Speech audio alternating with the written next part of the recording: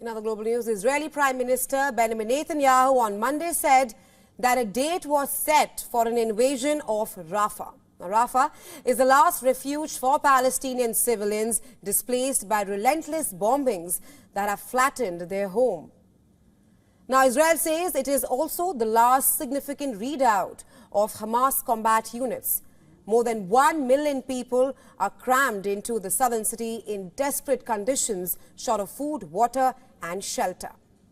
Foreign governments and organizations have urged Israel against storming Rafah for fears of a bloodbath. In Jerusalem, Netanyahu said, and I'm quoting him here, "Victory requires entry into Rafah and the elimination of the terrorist battalions there. It will happen. There is a date." However, he did not specify the date yet. Hundreds of residents who had been living in tents in Rafah ventured back to their devastated home areas on Monday.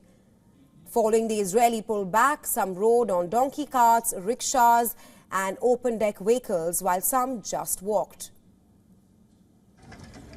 Palestinian medical officials said that their teams had recovered more than 80 bodies from areas where the soldiers operated in the past few months.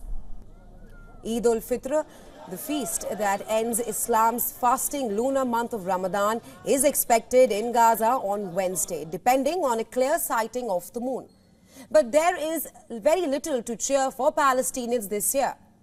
Some hospitals have reported kids dying of malnutrition and starvation since last month and have warned of other preventable deaths because key supplies are lacking.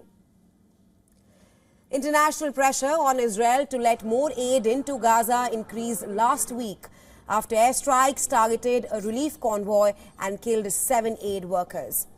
In response to the pressure, Tel Aviv said it had approved the reopening of the Erez crossing into North Gaza and the temporary use of Ashdod port in South Israel. Israeli opposition leader Yair Lapid visited Washington for high-level talks. He said a deal to release hostages held in Gaza is difficult but doable. The former Prime Minister's Washington visit comes as Benjamin Netanyahu faces pressure at home and abroad.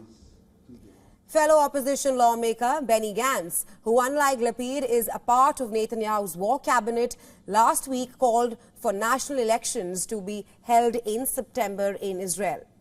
Lapid asked about the call, declined to speak about Israeli politics while in the US. Well, I feel uncomfortable, if you excuse me, to discuss Israeli politics standing opposite the State Department. I will have enough time to do this in Israel if you'll come over and ask the question again. Nancy Pelosi, former House Speaker and a key Biden ally, signed a letter on Friday from dozens of congressional Democrats to President and Secretary of State Blinken. They urged a halt to weapons transfers to Israel. Support from Pelosi, a veteran member of Biden's Democratic Party, for stopping the transfer of weapons showed the view is increasingly becoming mainstream in the party.